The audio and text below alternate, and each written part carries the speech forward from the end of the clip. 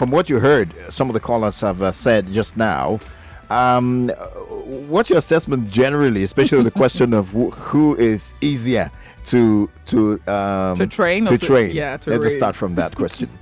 Thank you very much for having me, Collins and You're Andre. welcome. It's beautiful to be here. Pleasure. What I can observe from what the calls that have come in is that Nigerians think raising children should just end up with domestic chores. That's what I observed from the 4 calls that came. Absolutely. We're not talking about cognitive abilities and taking over corporate worlds and doing dynamic things and getting them ready to take over the planet. Travel to Mars and the sun and the moon, as it is trending right now. Yeah. But thinking of pounding yam and cooking soup. Wow.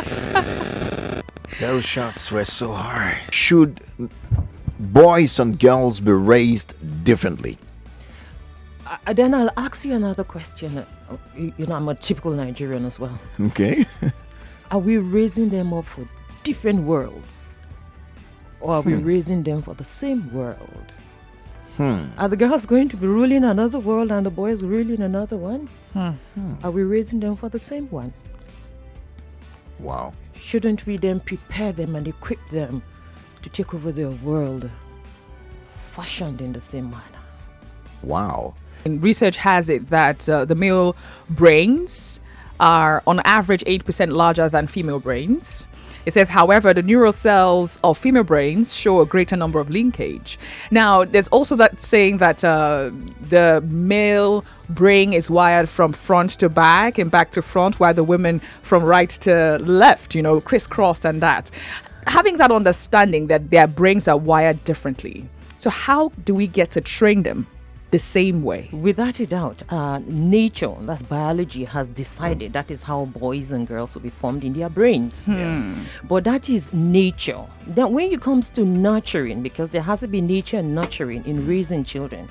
Now when it comes to nurturing, you can actually override biology and nature by the way you nurture just children. So it is not enough to have them male and female when they are born biologically. It is the way they are exposed.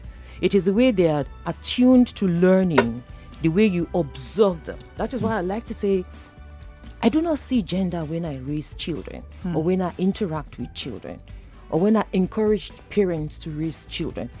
I want them to look at the uniqueness of that child. So every child, like the guy that said his mother had 9 boys looking for girls. Whoa, dear Lord. Yeah, that's. But you know, if the mother had known differently, she would have been able to raise some to do the things that she's looking for girls to do. If there's anything like that, I don't know why a woman will be looking for girls or a woman will be looking for boys. Look for a child.